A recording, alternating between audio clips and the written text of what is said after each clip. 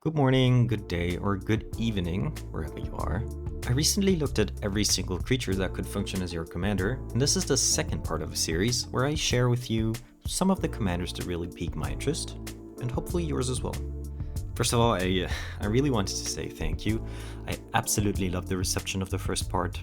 I just made the video mostly for myself, not expecting anyone to see it, but reading all the lovely ideas and nice things in the comments really made my day.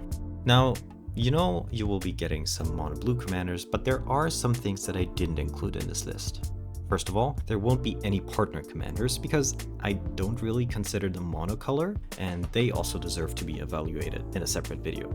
Also, because this is a very personal list, I didn't include any Universes Beyond cards. I think Universes Beyond is a super cool idea that brings many new people to the community, but personally, I don't like putting characters from other franchises in my deck, so I left them out of the video. With those disclaimers out of the way, it's time to appreciate some commanders.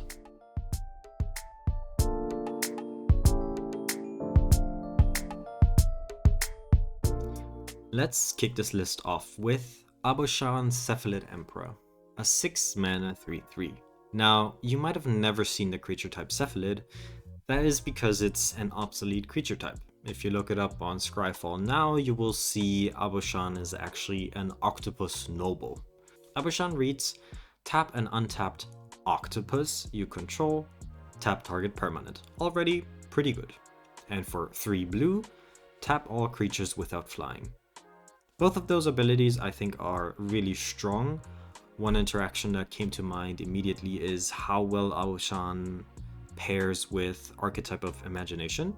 If only your creatures have flying and none of your opponent's creatures have flying, that second ability becomes really absurd. Now the next one on the list might be first among equals, but he comes second in this list. Akal Pakal is a 3-mana 1/5, so he has quite the big butt, which I guess makes sense considering he only sits on his throne all day long.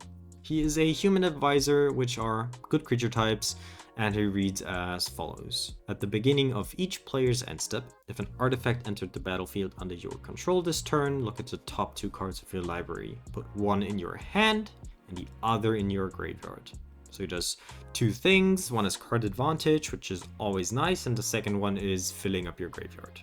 It works well with stuff like Urza's Fblthp, giving all your artifact spells flash. Maybe you could even pair it in a deck with Body Double. Put something in the graveyard, copy it with Body Double. One of my definite favorites on this list is Blind Seer. I have kind of a fable for color matters type decks. I think it's really interesting and a bit underexplored as an archetype, so no wonder this 3/3 human wizard ended up on the list. For just 1 and a blue, you can change the color of target spell or permanent until end of turn. This is a lot more flexible than 8.5 tails I've showcased in the mono white list, since it lets you choose the color freely. And this pairs just so wonderfully with the many cards that hate on red, like Dows and so many other spells. So if color matters seems like an interesting type to you, Blind Seer could be the commander of your choice. Charix the Raging Isle is one angry crab leviathan. For 4 mana, you get 17 points of stats.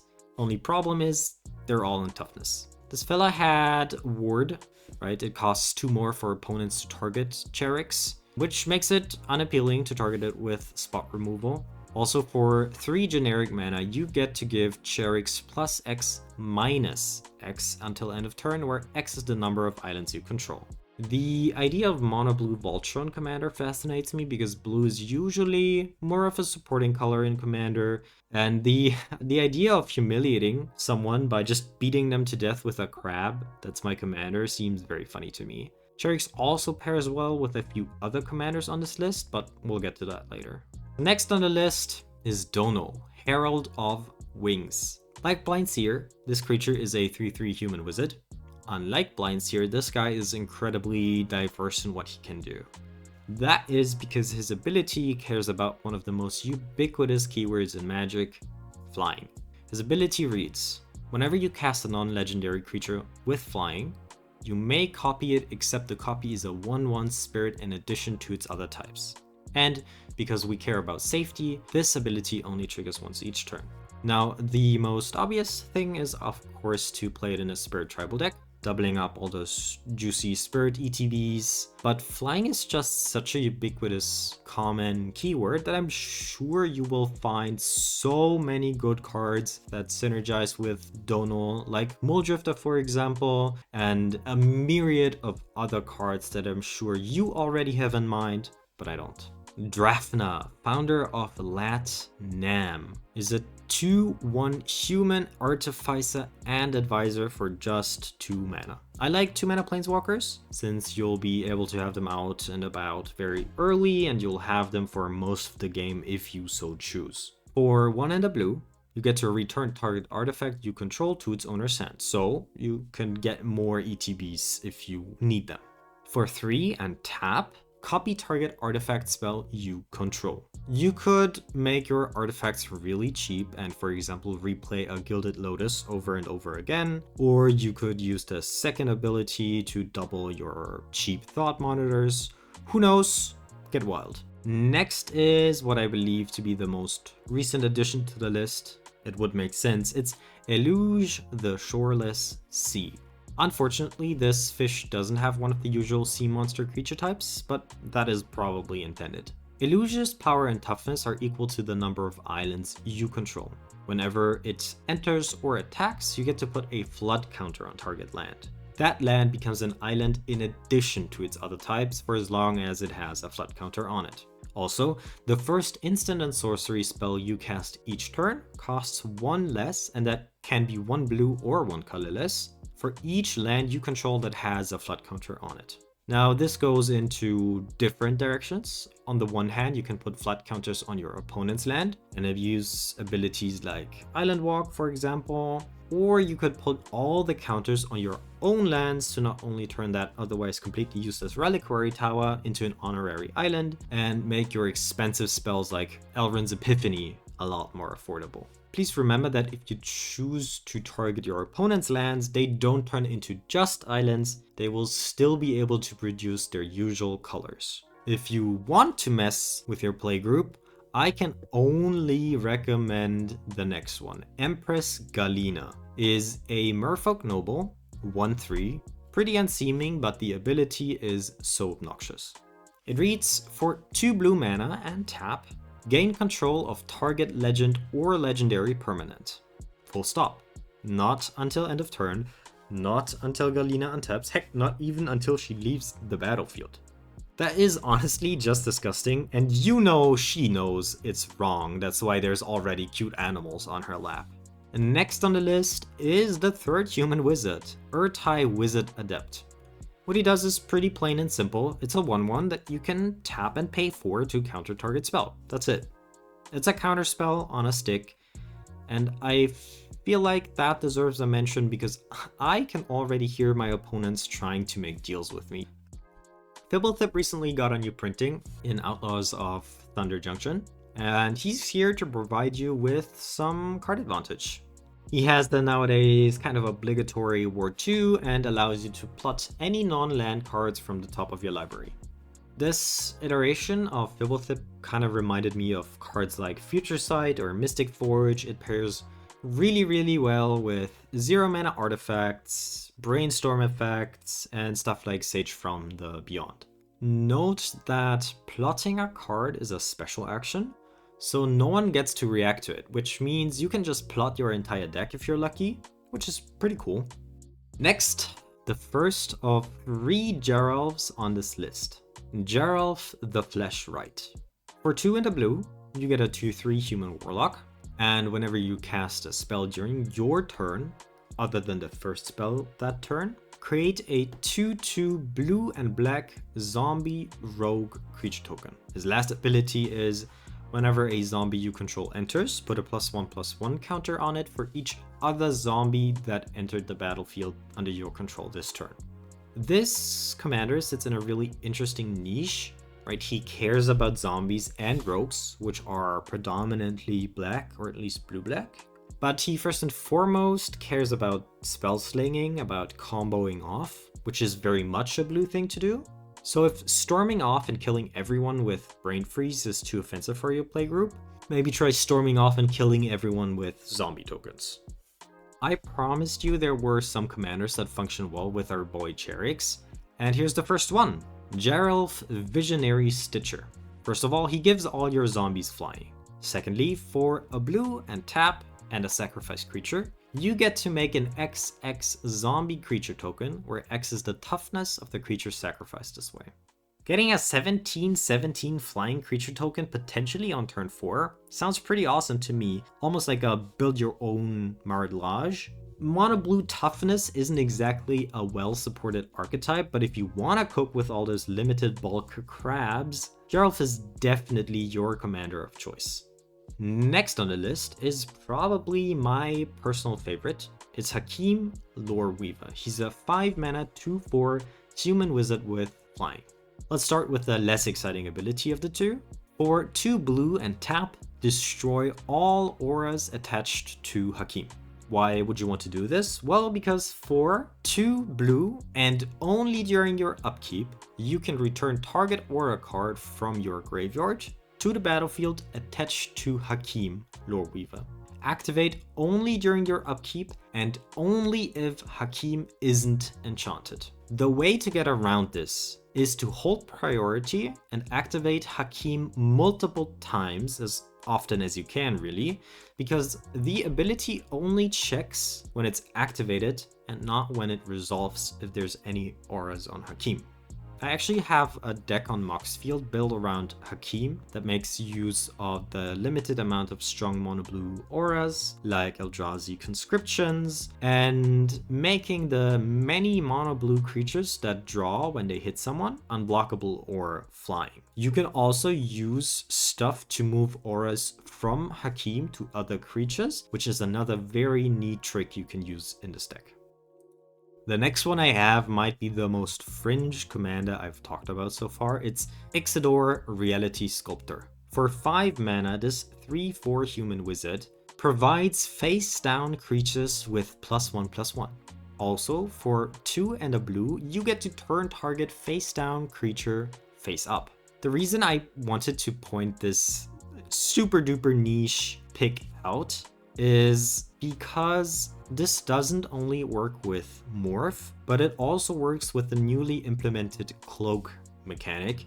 So keep your eyes open for future possibilities to make this your crazily unique commander. Jalira, Master Polymorphist, does exactly what the name promises. She's a 4 mana 2/2, and for 2 and a blue, you get to sacrifice another creature, then reveal cards from the top of your library until you had any non-legendary creature card and put it onto the battlefield. It's very straightforward. You want to make tokens, sack them to Jalira, and then get the biggest, baddest creatures, preferably with good ETBs. It's simple, but it's also super fun. The next one is Kaho, Minamo Historian. When Kaho enters the battlefield, you get to search your library for up to 3 instant cards, exile them, then shuffle. Also, for X and tap, you get to cast one of those spells that costs X from among cards exiled with Kaho, without paying its mana cost. Unfortunately, there is no instant version of cards like Ancestral Vision. There's only one card like this from Kamigawa itself, but it's pretty bad.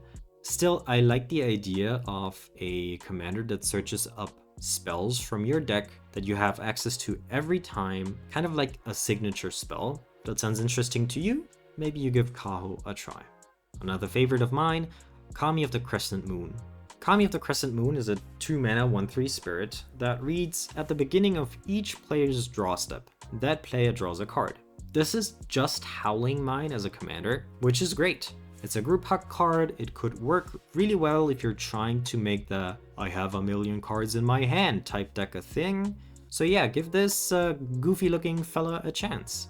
Still from Kamigawa is Katsumasa the Animator, a 4 mana 3/3 Moonfolk Artificer. Again, Artificer, a pretty common creature type in blue. It has flying, and for 2 in the blue until end of turn, you get to turn target non-creature artifact you control into an artifact creature that also gains flying. Should that be something other than a vehicle, it has base power and toughness 1 until end of turn. If it is a vehicle, it keeps the stats in the bottom right corner. Also, at the beginning of your upkeep, you get to put a +1/+1 counter on each of up to 3 non-creature artifacts. So you could turn mana rocks into creatures, you can crew your vehicles without actually crewing them. There is definitely some potential. I don't see it right now, but I'm also not here to build decks for you. I'm just here because I want to provide you with cards that spark your creativity. So go crazy. Kefnet the Mindful is again one of those cards that fit in the I want to have a million cards in my hand archetype. It's a 3 mana 5/5 flying indestructible that of course has a downside with stats like that, because Kefnet can't attack or block unless you have 7 or more cards in hand. Also, for 3 and a blue, you get to draw a card and then you may return a land you control to its owner's hand. You don't have to return the land. It could be useful in some cases. Let's say you have landfall as a mechanic in your deck. So in theory, right, for 4 mana you get to have 2 extra cards in hand. You also have an indestructible commander, which is always a nice to have. I didn't expect it myself, but we have another Cephalid legend in the form of Llawan? Whatever. The Cephalid Empress. When the Empress enters the battlefield, return all blue creatures your opponents control to their owner's hand. Your opponents can't cast blue creature spells. Damn. Maybe you can use it if you just want to hate on that one blue sea monster player on your table. Or you could go as far as to pair it with Painter's Servant to turn all cards, even if they aren't in play, into blue creature cards, so none of your opponents will ever be able to play any creatures ever again. That would definitely make you the fun person at the table, I promise you. Lu Xun, Scholar General, is a 4 mana 1/3 human soldier, which aren't great stats, but you'll see why. It has the very fringe ability Horsemanship, which is pretty much just unblockable under a different name.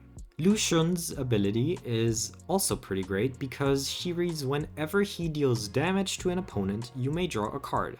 It doesn't say non-combat damage or combat damage, it's any type of damage. So you could turn him into someone who pings your opponents to draw cards. You could of course also just make use of the fact that he is an unblockable commander and Voltron him up.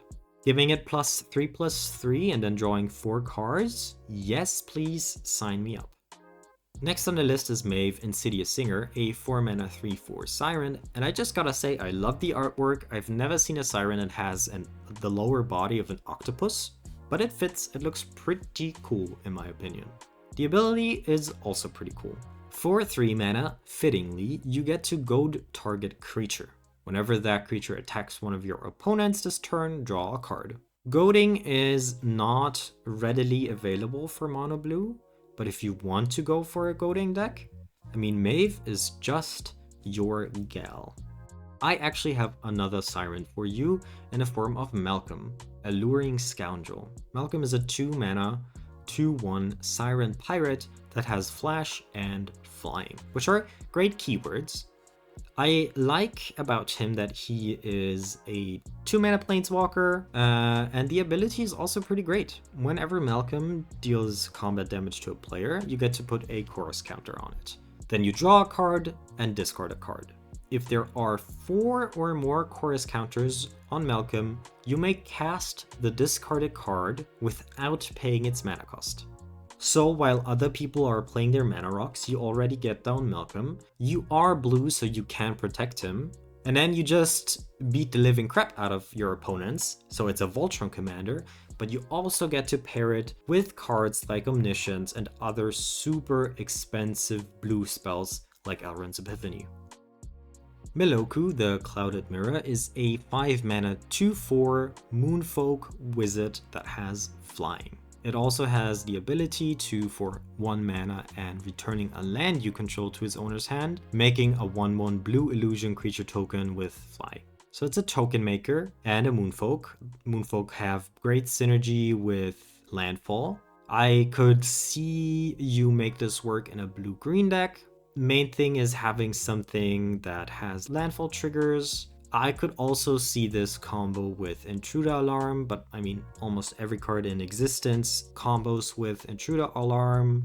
I don't see the full potential at first glance, but again, I just want to spark your creativity and your deck building process. So yeah, maybe you find something that works insanely well with Meluku.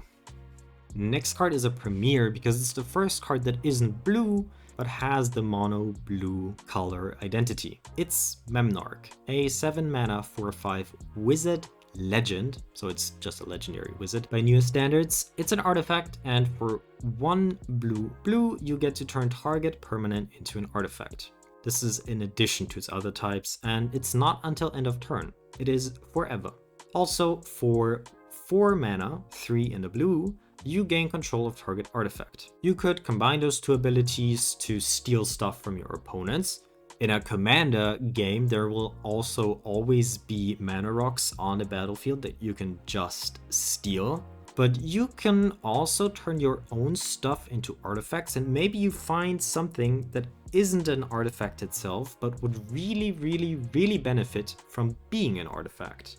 I can definitely see a combo here where you turn something obscure into an artifact and then go infinite or whatever. I'm pretty sure you can go crazy with Memnarch, and I think it's definitely worth a spot on the list. Museo is a human artificer, again an artificer. It's a 1/3 for 4 mana and tap. You get to look at the top X cards of your library, where X is the highest mana value among artifacts you control.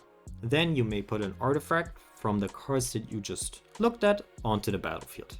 This just screams affinity to me. I don't really see any other way to build this, but affinity is a pretty beloved archetype, and this is a good commander for affinity decks.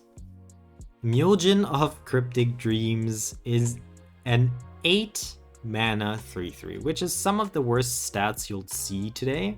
But of course, we don't care about stats on commanders like this for the most part.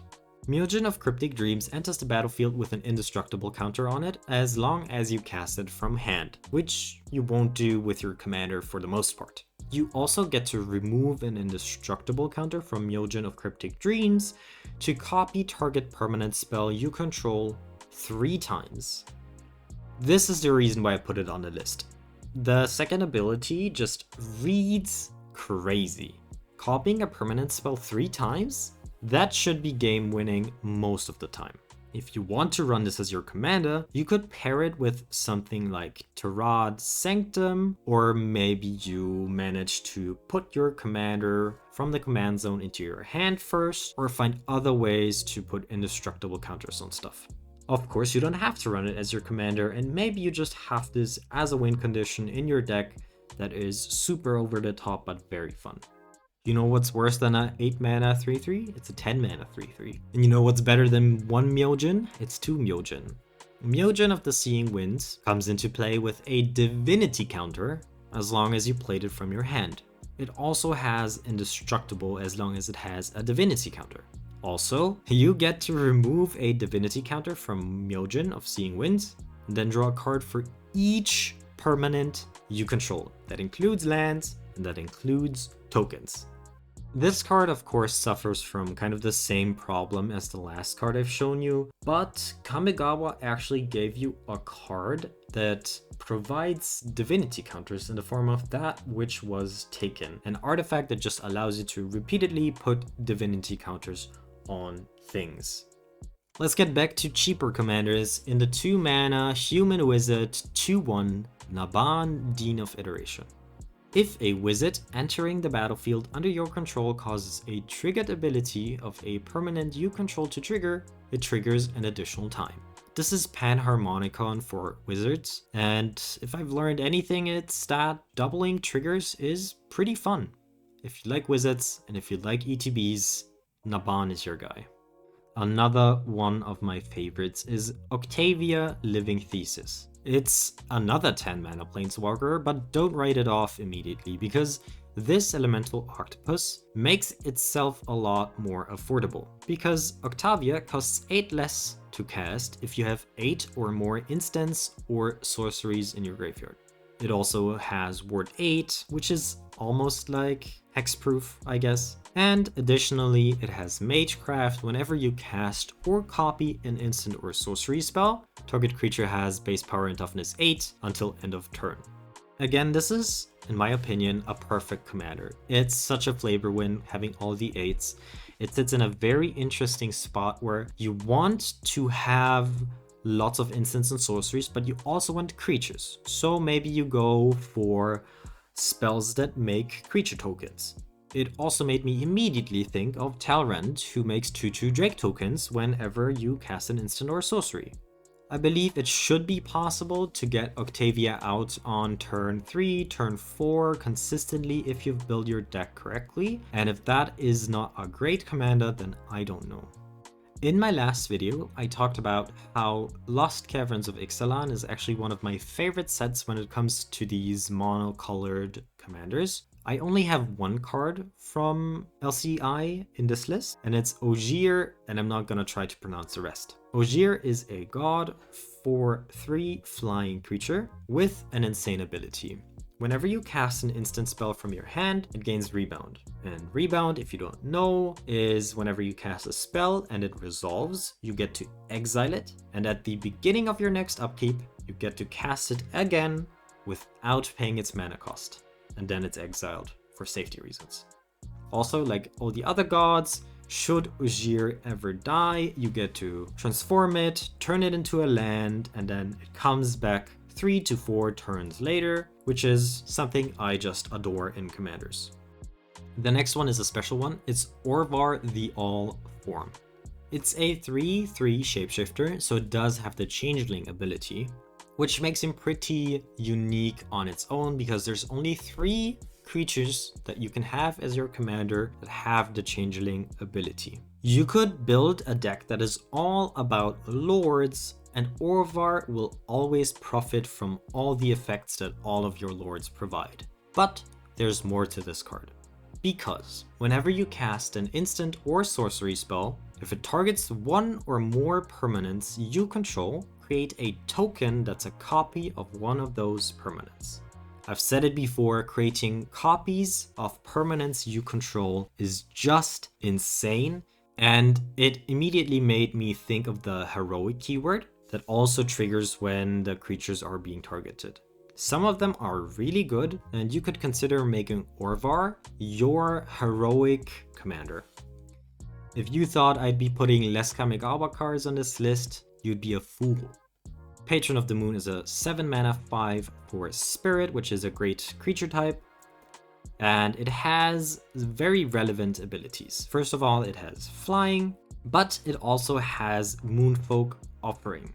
Moonfolk Offering reads, you may play this card anytime you could play an instant by sacrificing a Moonfolk and paying the difference in mana cost between this and the Moonfolk. But it gets better because the ability is truly what makes this card absurd. For just 1 generic mana, you get to put 2 land cards from your hand into play tapped. Just imagine what you could do with an Amulet of Vigor, and let's say something that bounces lands to your hand. Next on the list is Rain Academy Chancellor. It's a 3 mana 1/1 human wizard. Again, human wizard seems to be one of the most ubiquitous creature types. It seems to be what human soldier is to white cards, is human wizard to blue cards. Whenever you or a permanent you control becomes the target of a spell or ability an opponent controls, you may draw a card. You may draw an additional card if Rain is enchanted with an aura. This makes it so it's very, very painful for your opponents to target your creatures. It's definitely an important part in my Hakim deck because I want to be playing auras anyways, and I want to make it expensive to target creatures that have auras on them, because usually the downside to playing auras is you get 2-for-1, 3-for-1 quite often, and Rain stems the bleeding a bit. Not a human wizard, but a dwarven wizard is Revika Wizard Savant. It's a 4 mana 0/1, but it has a unique effect. When you tap Revoca, it deals 2 damage to any target, but it doesn't untap during your next untap. Hey, I said unique, not good. It's a homeland card. You can only expect so much.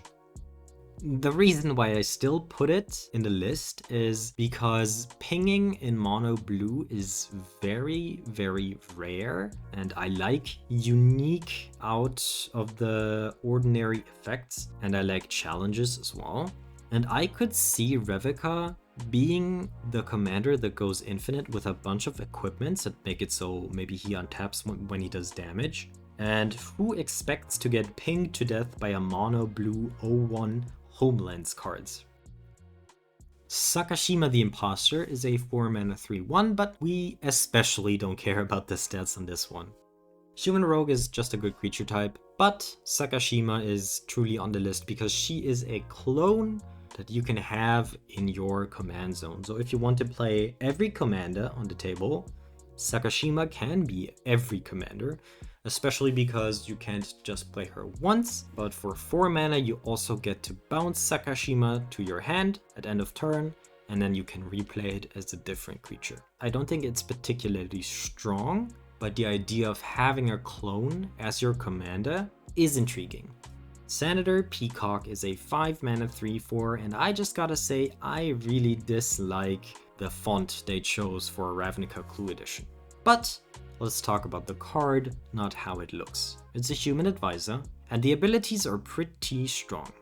Artifacts you control are clues in addition to their other types, and have 2 mana, sacrifice this artifact, draw a card.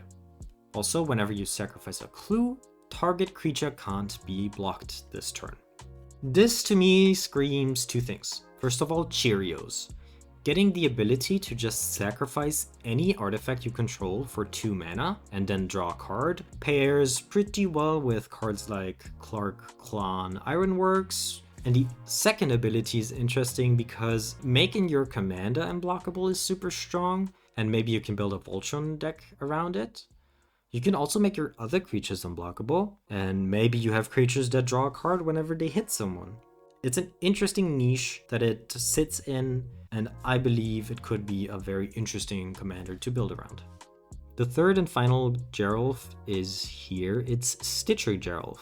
This 5 mana 3/4 human wizard, who would have guessed, has the ability to tap and pay 3 to make each player mill 3 cards. You then exile up to 2 cards that were milled this way, and then you create an XX blue zombie creature token where X is the total amount of power of the cards exiled this way.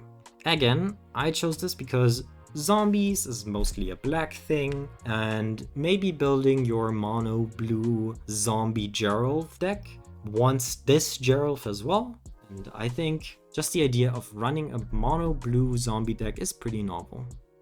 The next name where I'm not 100% sure on how to pronounce is Sun Quan, Lord of Wu. It's a 6 mana 4/4, and hey, he gives creatures you control horsemanship. So pretty much, this is just a 6 mana 4/4 that reads your creatures are unblockable. It's very straightforward, it's not very fancy, but if you want your creatures to be unblockable, play this guy. This one I actually think is the complete opposite. It's Taniwa the Serpent. Taniwa is a 7/7 that has phasing and trample. Trample everybody knows, but what does phasing do? Phasing pretty much means this card is only available half the time, because before you untap, each turn this either phases in or phases out, depending on what its state is right now. If it's phased out, you treat the card that is phased out as if it didn't exist. So every second turn this card doesn't exist. On average, phasing is pretty bad, but in my opinion, those are the kinds of abilities that just beg to be broken. At the beginning of your upkeep, Taniwa says, all your lands phase out. So you play a 5 mana 7/7 that is only available half the time, and that also makes it so your lands are only available half the time. Why would you ever want to do that? I don't know. I think I would pair it with stuff like Upheaval, make everyone else's life miserable, and then you just come back from your Spring Holiday in Dominaria or wherever Teferi took those guys. You come back, you're super relaxed, everyone else has a miserable time. I think this card is cool. I love these old cards that are super fringe, have weird abilities, and you have to think really, really hard on how to make them work. Taniwa, one of my favorites. Speaking about Teferi, here's Teferi, Mage of Zhalfir. I know everybody hates Teferi, but that's mostly because of the Planeswalker iterations, I think. And this guy, in my opinion, is much less bad. It's a 3/4 that has flash. It gives all creatures that you own that aren't already in play flash, and typical Teferi stuff, it makes it so your opponents can cast spells only anytime they could play a sorcery. There is a known combo with Knowledge Pool, which makes it so pretty much the game is over and you win, which I don't consider to be super fun, but to each their own. This also makes it so combat for you is a walk in the park, but combat for your opponents is an absolute living nightmare. The end is nigh, and fifth to last is Tekuthal Inquiry Dominus, a Phyrexian Horror 3/5. It has flying, and if you would proliferate twice instead. Damn, that's crazy. Immediately what comes to mind is +1/+1 counters, but also what immediately comes to mind is divinity counters. No, I'm kidding. It's of course loyalty counters on Planeswalkers. If you ever wanted to make a mono blue Super Friends deck, Tekuthal is definitely your best friend. Proliferate is already powerful, but proliferating twice? That is just crazy. As a bonus, and you guys know I love this, for 1 and 2 Phyrexian blue mana, and removing 3 counters from among any artifacts, creatures, planeswalkers you control, you get to put an indestructible counter on Tekuthal Inquiry Dominus.